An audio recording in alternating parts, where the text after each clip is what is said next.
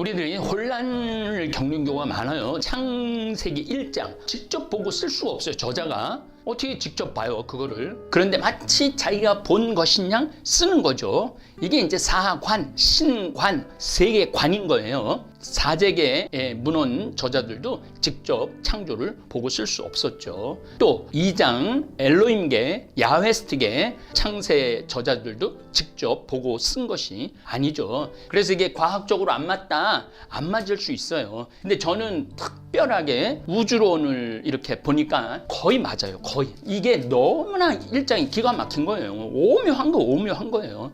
이 사람들이 이 신관, 야훼 하느님의 관이 굉장히 깊이가 있었던 거죠. 그러니까 여러분들 창세기는 직접 보고 쓴 것이 아니라는 전제를 가지고 책을 읽으셔야 돼요. 이 성서도 그런 많은 얘기들이 섞여 들어와요. 섞여 들어오는데 어떤 관점을 갖고 섞여 들어오냐면은 하느님이라는 기본적인 거, 우상에 집어넣을 수 없다는 하느님, 아브라함의 하느님, 이삭의 하느님, 야곱의 하느님, 유대인들만의 하느님의 시야를 가지고 성서를 써내려가는 거예요. 그래서 여러분들도 이거 좀 과학하고 안 맞는데 과학서가 아니라는 거죠, 이게.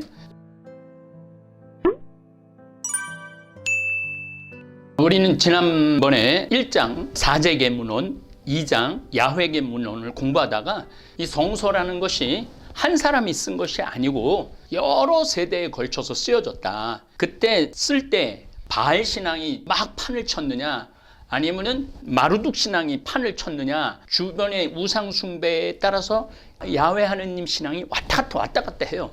그러니까 그 환경, 그 역사가 전부 다 우리가 이해를 해야만이 성서를 따라갈 수 있다는 거죠.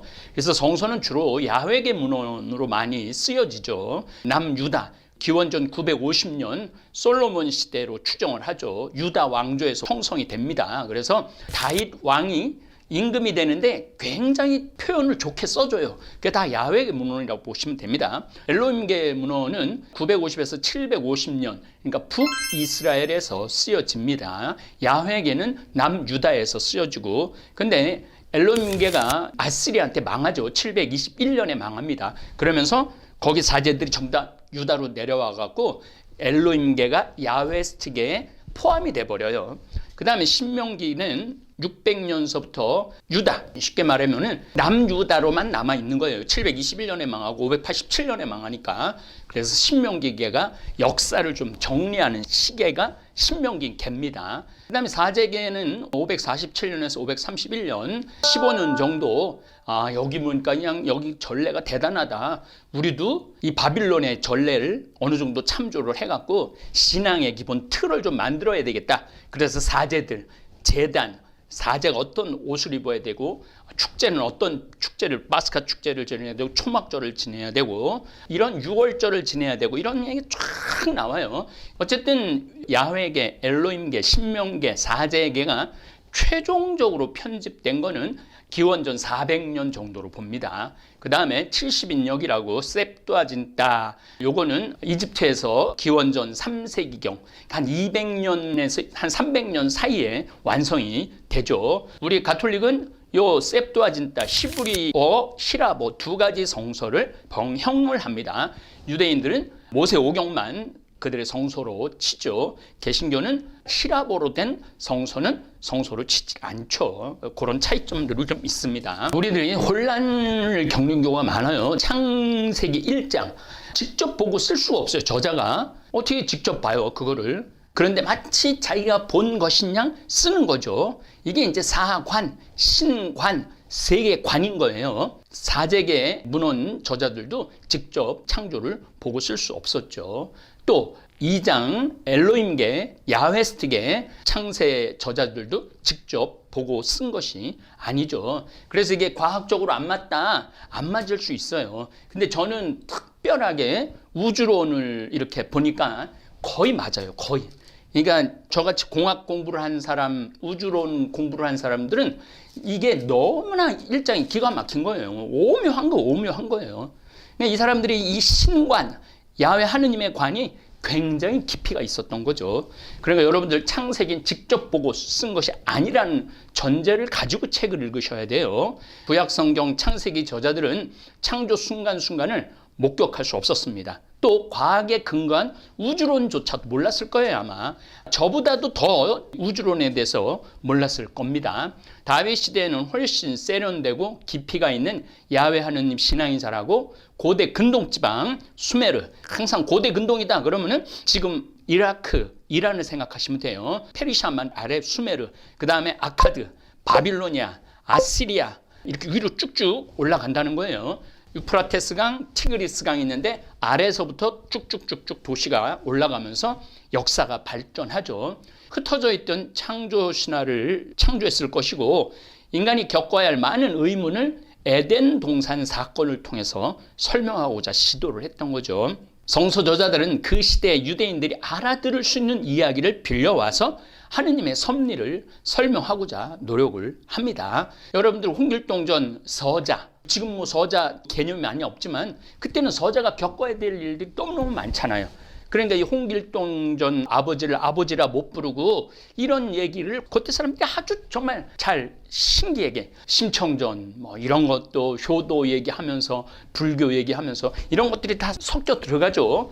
이 성서도 그런 많은 얘기들이 섞여 들어와요. 섞여 들어오는데 어떤 관점을 갖고 섞여 들어오냐면은 하느님이라는 기본적인 거, 우상에 집어넣을 수 없다는 하느님, 아브라함의 하느님, 이삭의 하느님, 야곱의 하느님, 유대인들만의 하느님의 시야를 가지고 성서를 써내려가는 거예요. 그래서 여러분들도 이게 좀 과학하고 안 맞는데 과학서가 아니라는 거죠. 이게 심청전도 봐요. 인당수에 떨어뜨렸는데 완전히 죽어야 될 거 아니에요.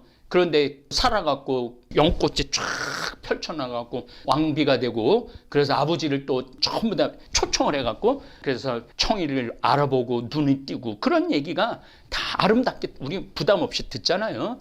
여기 구약성서도 마찬가지예요. 이제 창세기 2장입니다. 생명나무를 통해서 인간이 죽을 수밖에 없는 운명을 설명을 했고 선악과를 통해서 죄를 저지를 수밖에 없는 인간 상황을 설명하고자 했어요. 창세기 2장 5절 에덴 동산 하느님께서 땅과 하늘을 만드시던 날 땅에는 아직 들의 덤불이 하나도 없고 아직 들풀 한 포기도 돋아나지 않았다.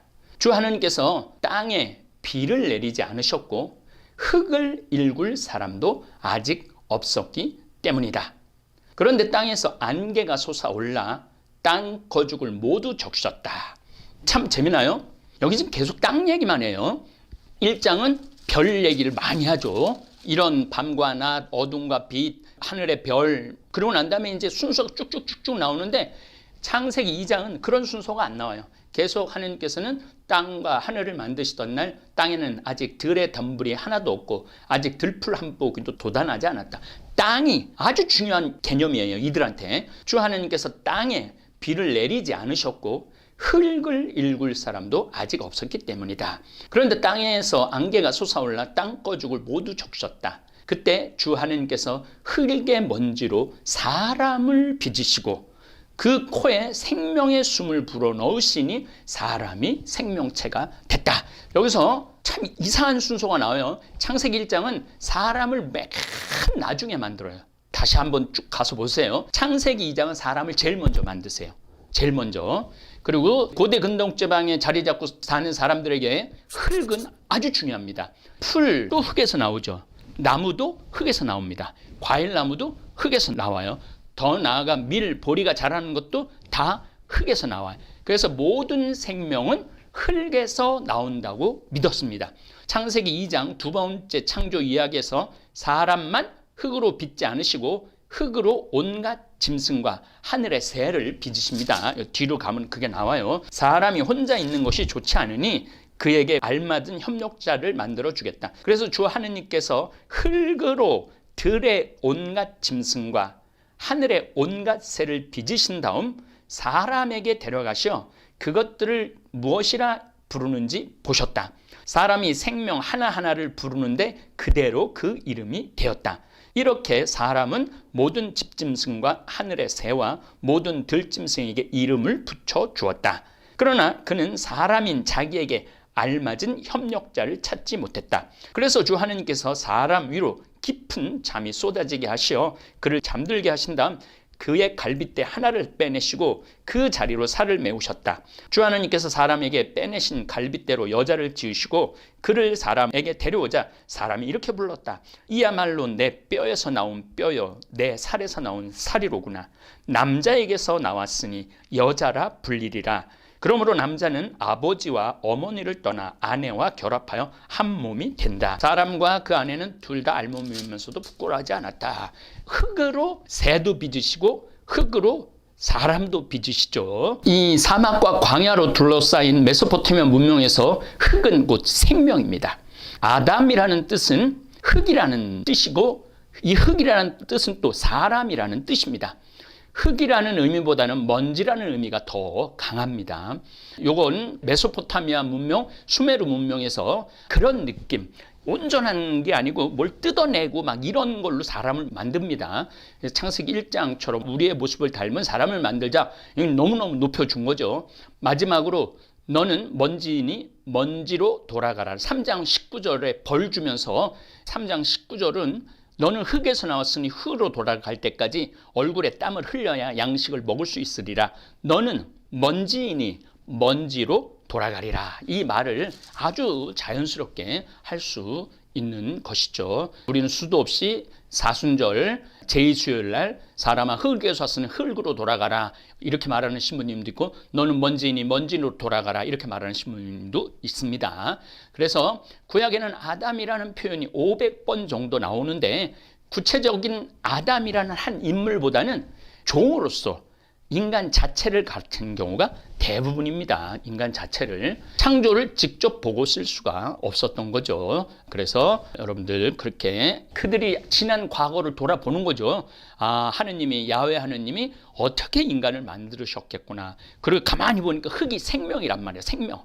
근데 도자기도 빚고 하느님이 옹기장이라고 그러잖아요. 도자기도 빚고 도자기 빚어놓으면 빚어놓은 대로 다 자기 역할이 되듯이 사람도 빚어 놓은 거죠. 고대 근동 지방에 자리 잡고 사는 사람들은 흙에서 풀, 과일, 나무 모든 게 나온다고 생각을 했던 것이죠. 여기 아주 2장 7절에 중요한 얘기가 나옵니다. 그때 주 하나님께서 흙의 먼지로 사람을 빚으시고 그 코에 생명의 숨을 불어넣으시니 사람이 생명체가 되었다. 이거 굉장히 중요한 표현입니다. 숨을 불어넣어 주셨다. 생명의 숨을 불어넣어 주셨다. 숨은 생명입니다. 숨을 쉬지 않으면 바로 죽습니다. 여러분들 지금부터 한 3분 정도 안 쉬어봐요. 어떻게 되나? 바로 죽어요. 2분 이상 참는 사람들도 있지만 보통 사람들은 3분 이상 못 참는다고 그러죠. 그러니까 내가 숨을 이렇게 들어 쉰다는 것은 하느님의 생명을 누리는 거예요. 지금 이 강의를 들으면서 숨 쉬는 분들은 다 하느님의 생명을 누리는 거예요. 흙의 먼지로 사람을 빚으시고 그 코에 생명의 숨을 불어 넣으시니 사람이 생명체가 되었다. 아무리 인간이 신의 존재를 부정한다 하더라도 숨을 쉬는 한 그 부정은 힘을 얻지 못합니다. 그러니까 숨 쉬는 순간마다 하느님한테 감사드려야 돼. 왜냐 하느님이 생명의 숨을 나한테 불어넣어 줬기 때문에. 그렇죠. 그런데 이제 이 숨을 잘못 쉬면은 이게 하느님을 잘못 쉬는 거예요.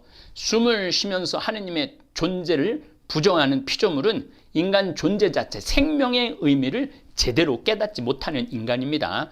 모든 종교에서 숨을 쉬는 자체를 신성하게 여깁니다. 우리 가톨릭도 숨 쉬는 거 제가 아주 신성하게 여기죠. 그래서 숨을 잘 쉬어야 된다고. 부부 싸움할 때도 숨을 쉬고 싸워야 되는데 숨 안 쉬고 싸우면 안 됩니다. 당신 나한테 시주하고 해준 게 뭐가 있어? 필리핀을 보냈어? 제주도를 보내줬어? 나는 바다만 보면 치가 떨려. 당신 바다에서 만나갖고 한 5분 싸우는데 숨 한 번도 안 쉬어봐요. 그러면은요 빨개져요. 그리고 이 아래는 죽는 거예요. 숨은 저 단전까지 내려갔다가 올라와야 돼요. 그래서 싸울 때도 숨을 제대로 쉬고 싸워야 돼. 당신 말이야. 당신 나한테 시집 와서 나한테 해준 게 뭐가 있어? 제주도를 한번 보내줬어. 생일상을 한번 차려주기를 했어. 우리 오늘 결혼 10주년인데 결혼 10주년도 까먹고 당신 이렇게 늦게 들어오고 그게 당신 할 짓이야? 애 앞에서 할 짓이야?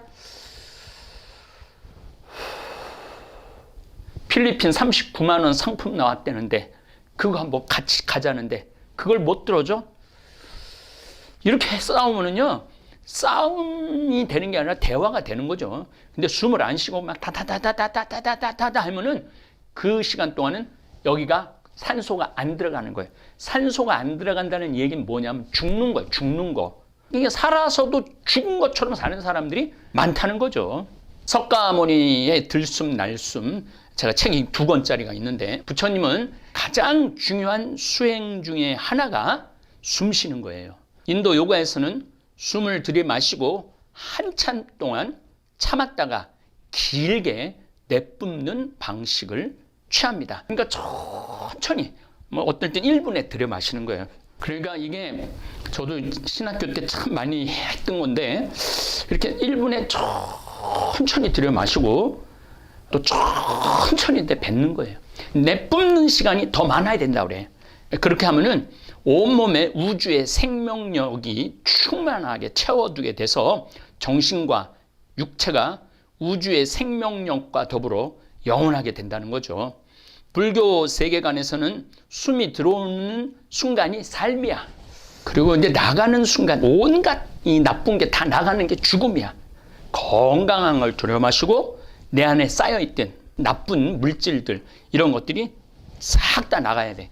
그래서 우리 강원도 평창 생태마을에 청국장이 왜 이렇게 맛있느냐고 사람들이 그러는데 여기 안에 이 기가 풍수지리 하는 분들이 그래요. 여기처럼 장소가 명당인 데가 없다고 그래요. 실질적으로 제가 여기를 딱 봤을 때 여기 산으로 삥 둘러서고 우리만 싹 솟아 있어요.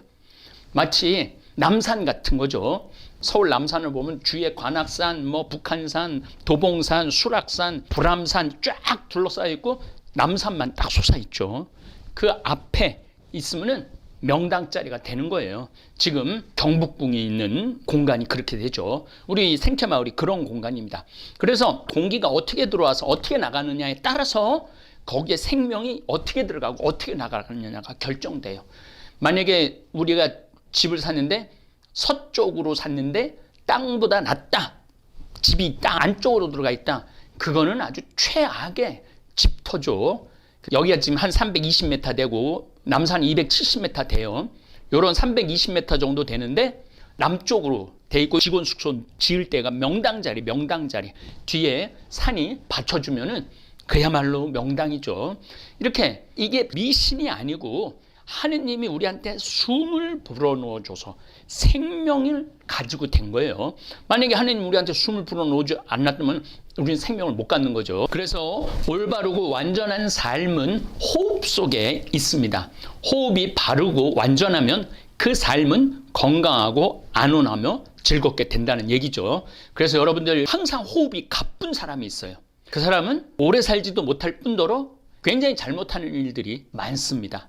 근데 항상 호흡이 일정해. 언제나 편안해. 그 사람은 삶을 그렇게 삐뚤어도 안 살고 또 건강도 하고 그럴 겁니다. 그래서 여러분들 호흡도 아주 중요하다는 거 잊지 마시기 바랍니다. 에덴은 기쁨이라는 뜻이에요. 에덴은 즐거움이라는 뜻이에요. 그래서 파라다이스라는 단어도 씁니다. 생뚱맞게 제가 에덴 동산에 집착하지 말자 이걸 넣어놨어요. 트리니다드 토바고와 오리노코 강입니다. 트리니다드 토바고 얘기 많이 들었죠. 공 잘 차는 사람들 많은데 오리노코 이거는 지금 어디를 이야기하냐면 남미에 남미.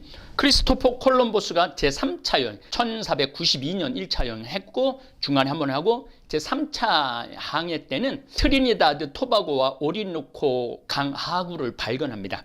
그런데 콜럼버스는 제3차 항해에서 칼데아 신 아라모, 예수님의 아라모를 썼거든요. 아라모는 셈족 계통 언어니까 어느 쪽 사람을 데리고 왔느냐면 시리아 사람들, 아라모 쓰는 사람들이죠. 그 다음에 히브리어에 능통한 선원 2명을 데리고 갑니다. 3차 여행 때는 목적지인 남아시아에 다다를 경우 에덴 동산의 거주자들이 이 두 언어를 쓸 가능성이 가장 높다고 생각했기 때문에 미국 대륙을 가면서 에덴 동산을 찾을 거라고 생각을 했던 거예요. 그래갖고 에덴 동산의 언어는 아람어, 셈조 계통 언어가 다 아람어니까 아람어와 히브리어 쓸 줄 아는 사람을 데리고 갔던 거죠. 오리노코 강 하구에 에덴 동산의 관문이라고 착각을 합니다. 하지만 신의 명으로 불꽃 검을 들고 그곳을 지키고 있는 케루빔, 날개 있는 케루빔이죠.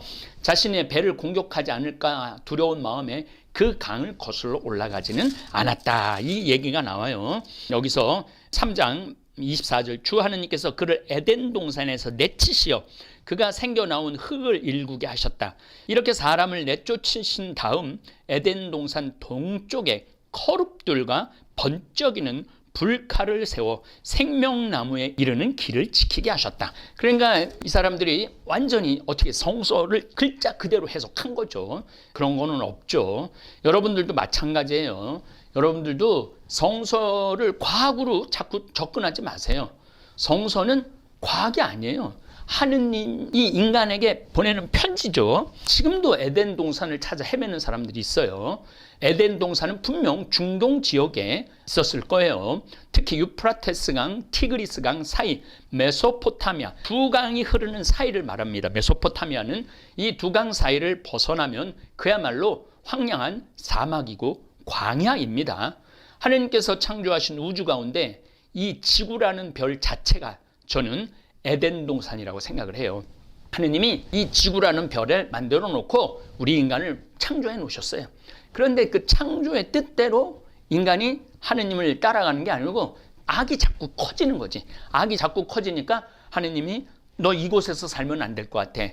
조금 더 옮겨가고 또 옮겨가서 자기네들 또 다른 인간들하고 부닥치니까 옮겨가는 거죠. 이제 옮겨가다 못해 이제는 어디까지 가려고 그래요? 다른 지구까지 가려고 그래요. 그런데 성경 공부할 때는 하느님이 우리 인간에게 보내는 연애 편지예요. 연애 편지의 근본 개념은 사랑이에요. 사랑. 떨어지는 낙엽을 보고 당신이 그립다. 피는 꽃을 보고 당신 모습이 생각난다. 이 연애 편지를 꼭 과하게 짜맞힐 필요 없어요. 아니 예쁜 꽃을 피면서 자기가 사랑하는 그 여인이 그립다. 그럼 그 꽃하고 여인하고 같은 건 아니잖아요. 하느님이 우리한테 보내는 이 연애 편지의 근본 개념은 사랑이에요. 사랑. 사랑이 이 인류 역사 안에 어떻게 들어오느냐. 그거를 우리는 공부하는 거지 이 과학을 공부하는 게 아닙니다. 성경 공부할 때 창조주께서 인간에게 다가오시는 하느님의 손길을 느끼고 배우는 것이 과학이지 과학에 짜맞힐 필요는 없어 성서를. 자, 수성. 태양 다음에 제일 가까이 있는 수성. 수성은 태양에서 평균 5,800만 킬로미터 떨어진 가장 가까운 궤도 행성입니다. 낮에는 400도까지 온도가 올라가. 낮에 400도. 그러니까 100도 넘어가니까 우리가 인간이 못 사는 거죠. 한밤중에는 영하 170도까지 내려가요. 대기와 물이 없습니다. 생명이 살 수가 없어요. 금성과 지구.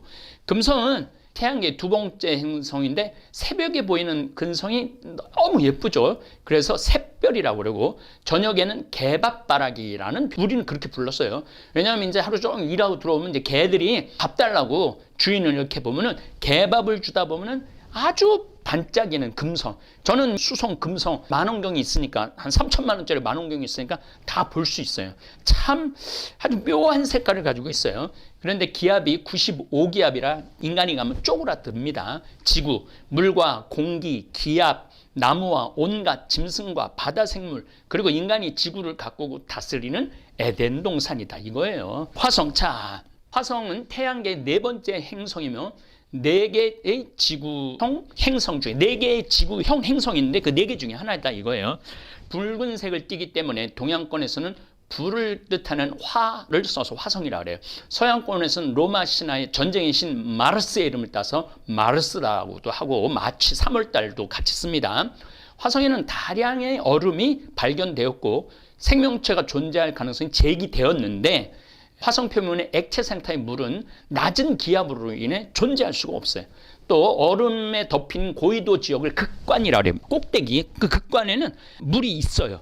그 극관에 존재하는 물은 화성 표면을 11m 깊이로 뒤덮기에 충분한 양이 존재합니다. 자, 다시 말해서 이 지구에만 물이 있는 게 아니에요. 온 우주에 물이 가득 차 있어요. 그래서 창세기 1장 온 우주에 물이 가득 차 있었다. 이건 결코 틀린 말이 아니라는 거예요. 제가 이렇게 여러분들한테 말씀을 드렸을 때는 온 우주에 물이 차 있다. 그래서 물 한가운데 궁창이 생겨라. 그래갖고 궁창 하늘과 땅 이렇게 동그랗게 이제 생긴 거고, 구약 1장은 별을 이렇게 걸어놓는 그런 개념을 가졌었죠.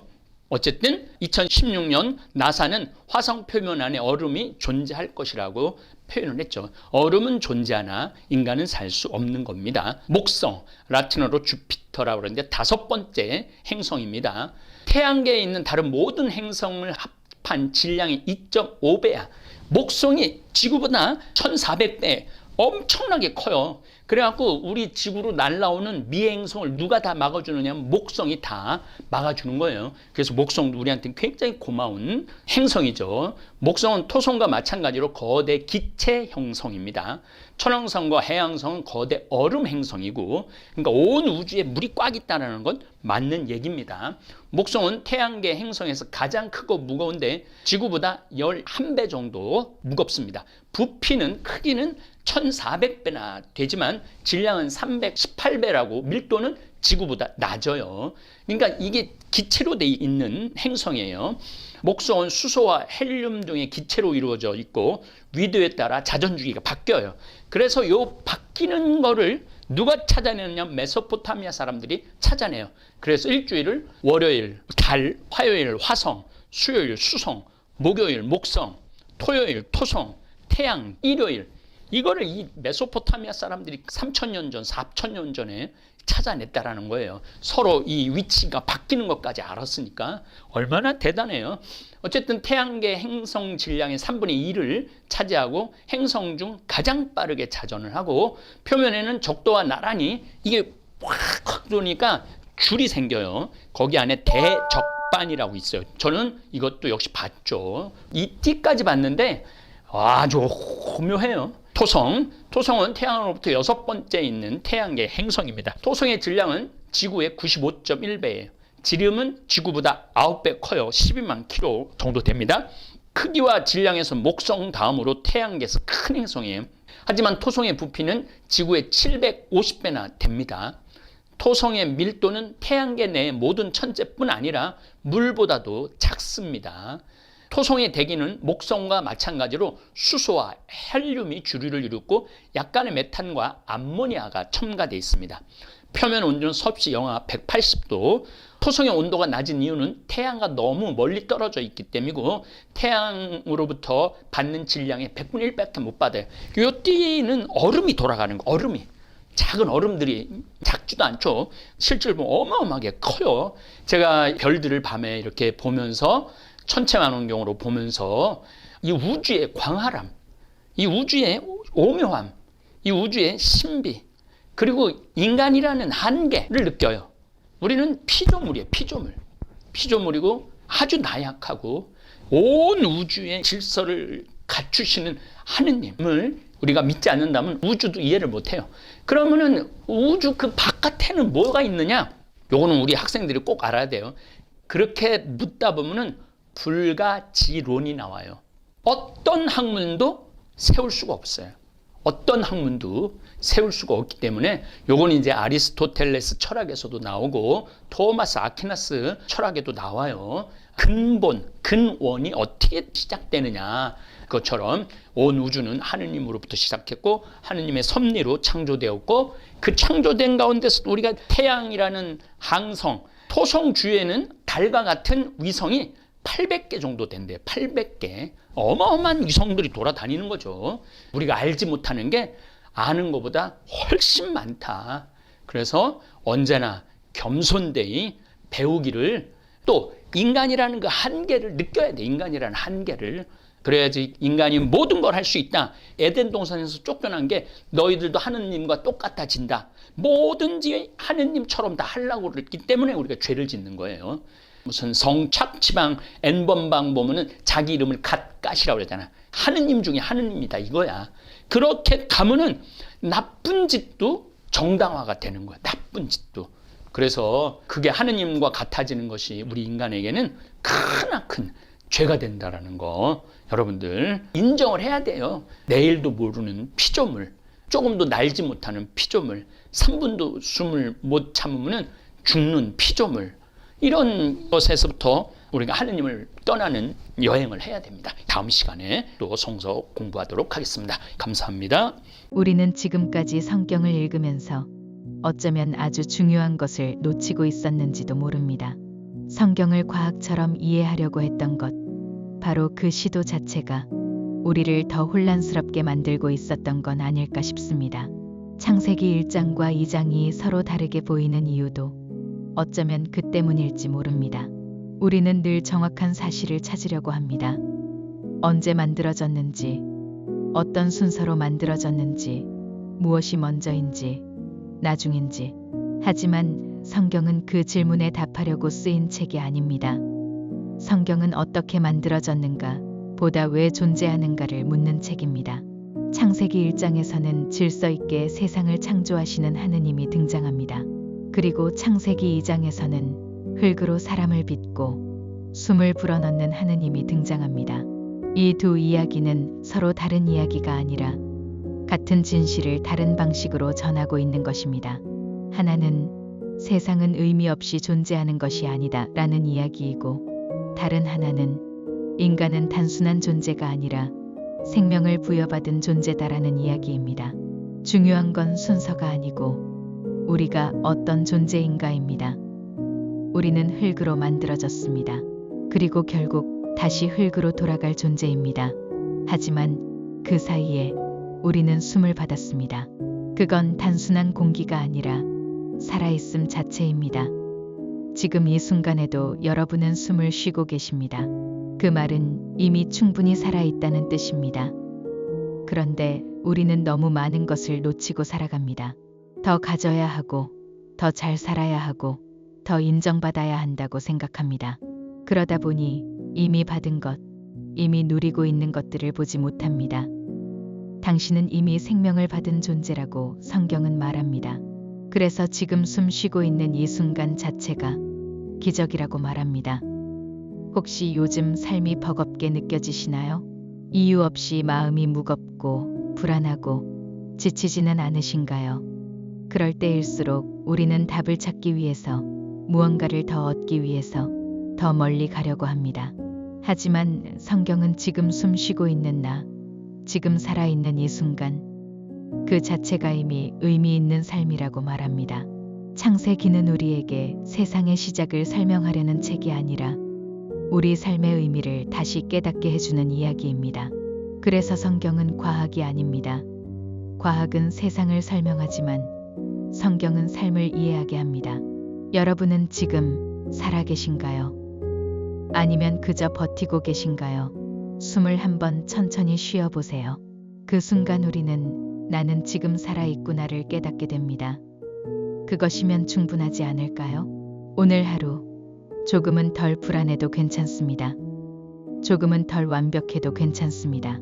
이미 우리는 충분히 소중한 존재이니까요. 감사합니다.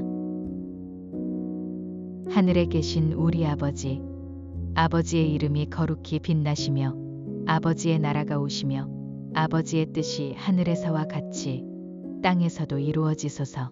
오늘 저희에게 일용할 양식을 주시고 저희에게 잘못한 일을 저희가 용서하오니 저희 죄를 용서하시고 저희를 유혹에 빠지지 않게 하시고 악에서 구하소서. 아멘.